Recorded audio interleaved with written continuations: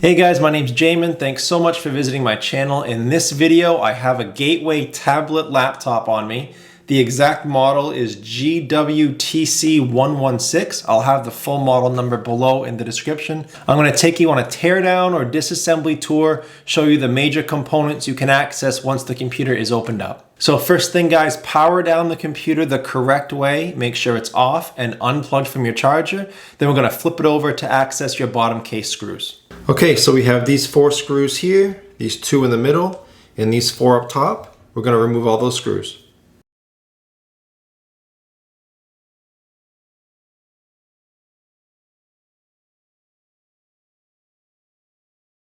After the screws are removed, we'll take a small flat pry tool and we'll go across the entire seam and pry the bottom case off from the computer.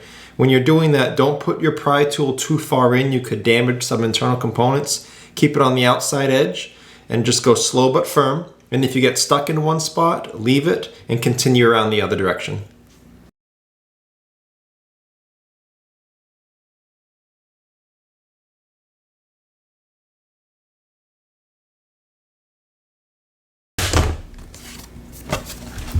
Okay, so that was actually a real pain in the butt to take off. There are no components holding it down. There are no ribbon cables. It's just very tough to get that off. So go slow and firm, definitely firm to take that off. After you get your bottom case off, this is what you're looking at for the inside of the computer. Now, before touching anything in a computer, I always like to remove or at least unplug my battery. It makes it safer to operate on the computer when as little power as possible is running through it. This is your battery right here.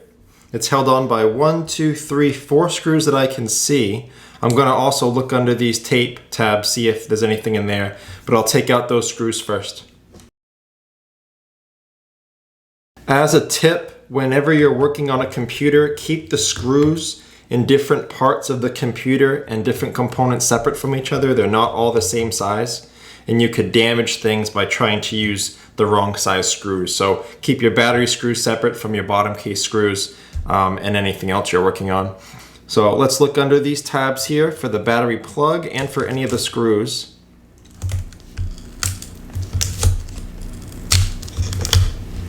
Okay, nothing under there. Okay, that's the battery plug right there.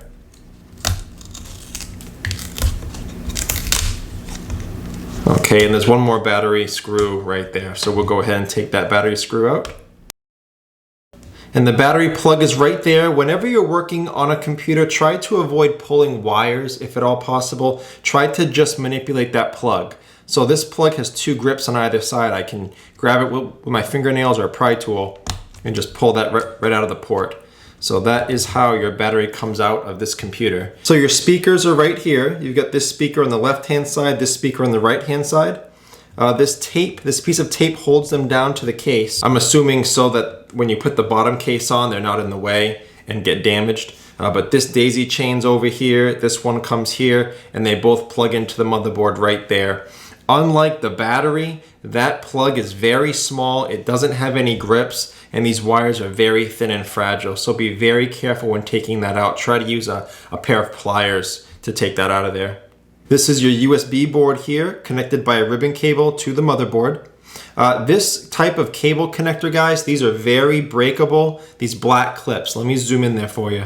So these type of clips, again, they're very fragile. You have a black clip right here that opens kind of like a book cover. It opens like this.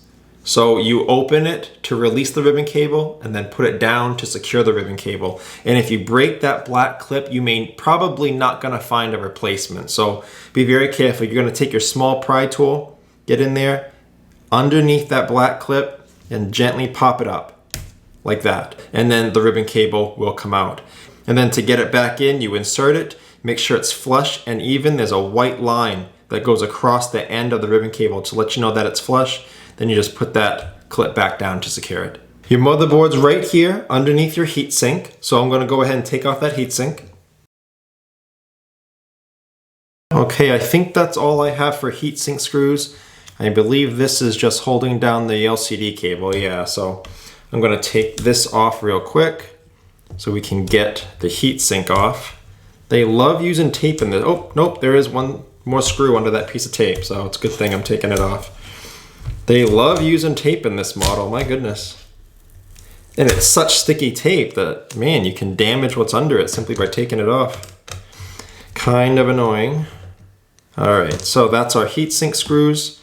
Heatsink comes up. Okay, so there's your motherboard. It's held on by 1, 2, 3, 4, 5 more screws. You'll be able to get your motherboard up. This is your antenna.